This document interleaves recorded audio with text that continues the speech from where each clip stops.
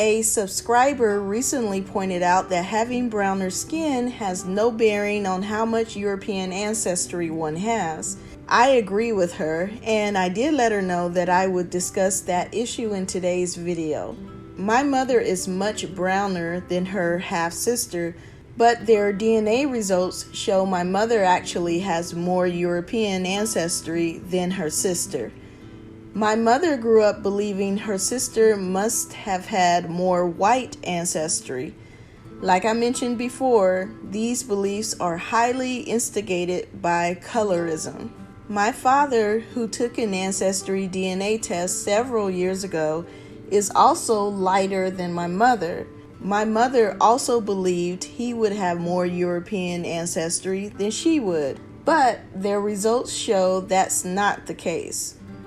I also have more European ancestry than my much lighter cousins. Our results show once again that you can't always determine how much mixed ancestry someone has based upon their appearance. Let's go into my mother's results from 23andMe, and then I will come back to this topic. According to 23andMe, my mother is 70.5% African, with 55.9% of that being West African. The majority of her West African ancestry is Nigerian, 34.4%. She is 26.5% European, with most of that showing as British and Irish ancestry. She was surprised to learn she is 2.3% East Asian and Indigenous American. Her Native American ancestry shows as 1.1%. My mother is browner than any family member I have shared thus far, but her ancestry is actually more diverse. Overall, she is 70.5% African, 26.5% European, and 2.3% East Asian, which includes her Native American ancestry. Once again, this proves that you cannot determine someone's ancestry based upon how they look. Our daughter Peyton is also brown like her grandmother, and she shows as 69% African and 31% European according to Ancestry DNA. You also can't use skin color to determine how related individuals are.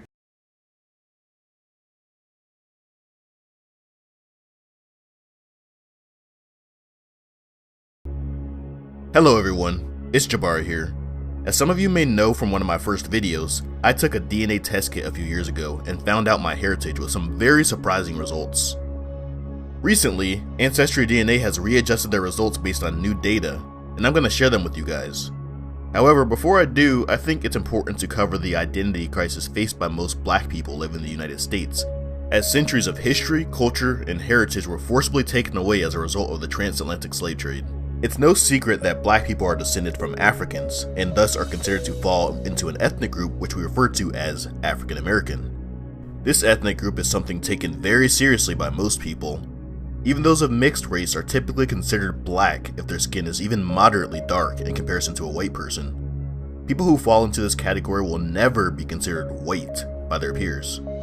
Barack Obama, for example, is considered America's first ever black president, despite the fact that his mom is white. All of that aside though, just how African are African Americans really? And I'm not talking about Barack Obama either. I'm talking about the average, undeniably black people whom we see the most frequently, those who don't show any clear evidence of recent white admixture, like Terry Crews or Oprah Winfrey. So firstly, it's quite obvious that the majority of African Americans fully acknowledge their African heritage, with a few exceptions. However, despite acknowledging their African heritage, very few blacks in the United States really truly know the specific countries, regions, or ethnic groups that their ancestors belong to. It's also very common for people of African descent to make claims of significant Native American admixture in the past. Even in my own experience from my own family, Native American heritage is something that both my mother and my father claim to have from both sides of my family, with Blackfoot and Cherokee admixture respectively. Seeing as this is a very common trend among the black community, Most of my life, I assumed that a very significant amount of African American genetics would bear signatures from Native American peoples. However, upon researching this topic further, I discovered that the average African American only carries around 0.8% Native American ancestry, with studies from the National Library of Medicine showing that only roughly 22% of African Americans carry any Native American ancestry at all, and that the average African American genetic makeup goes as follows: 73.2% African, 24.0% European, and 0.8% Native American. However, these figures only add up to 98%, and where that extra 2% belongs is really not mentioned. However, my guess is that it may just be a vague other category. So let's see how my old DNA results compare.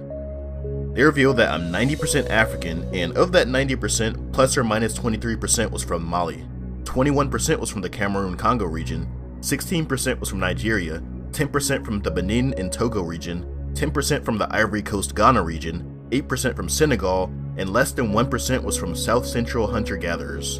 And then another less than 1% was Southeastern Bantu. Another 8% of my DNA was from Europe, with about 5% of that being from the British Isles, 2% from Scandinavia, and 1% from Eastern Europe. Only a mere 1% of my ancestry was Native American, despite what my parents told me about the Native American heritage on both sides of my family. And then finally, another less than 1% Central Asian. Odd. So as mentioned before, Ancestry DNA had a recent update using the same samples, but using updated analytical procedures for specimens yielding more accurate results. This resulted in some dramatic differences. My African DNA increased from 90% to 91%, which isn't really that much, but Mali was reduced to only 16% rather than 23%, Benin Togo almost tripled to 29% rather than 10%, the Cameroon, Congo, and Southern Bantu peoples categories were merged together into one, likely due to the fact that the Bantu expansions were relatively recent in history, thus creating a group with less genetic drift, making up about 37% rather than 21% as it did before. Ivory Coast and Ghana making up about 7% rather than 10%, Senegal dropping all the way down to 2% rather than 8%, and South Central hunter-gatherer being reduced to 0. As for my European ancestry, it dropped down to just 6% instead of 8%. The British Isles was merged with Northwestern Europe for a total of 3%, down 2%. Scandinavian being divided into two separate categories of Sweden and Norway, with 2% and 1% respectively, an increase of 1% for the total, and then Eastern Europe being totally omitted altogether, dropping to 0% rather than 1%. My Native American ancestry increased from 1% to 2%, and then that less than 1% Central Asian seems to have increased to a full 1%, but it was also recalculated to Southern Asia rather than Central. So to compare my DNA to the average African American, I'm 16.8% more African than the average Black American, 16% less European, 1.2% more Native American, and 1% South Asian just confuses me. I honestly have no idea where or when it could have happened, but my best guess is that it has something to do with the 37% Bantu. The Swahili peoples fall within the Bantu category and are known to have had extensive maritime trade relations with India since ancient times. Other than that, your guess is as good as mine. It's also important not to take these results at face value.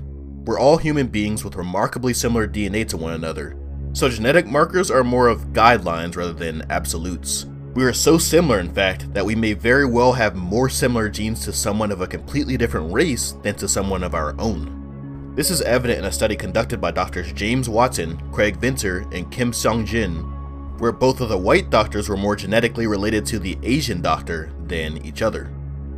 So anyway guys, I hope you enjoyed the video, and I'm very curious to know whether or not you have taken a DNA test yourself. If so, I'd really love if you could send me your results, including screenshots, family history, and how surprised you were with the results of the test. And I'll even share your results in videos periodically. If that interests you at all, you may contact me at theempire@fromnothing.info. More information can be found below. Can't wait to see your results, and always remember, we don't come from nothing.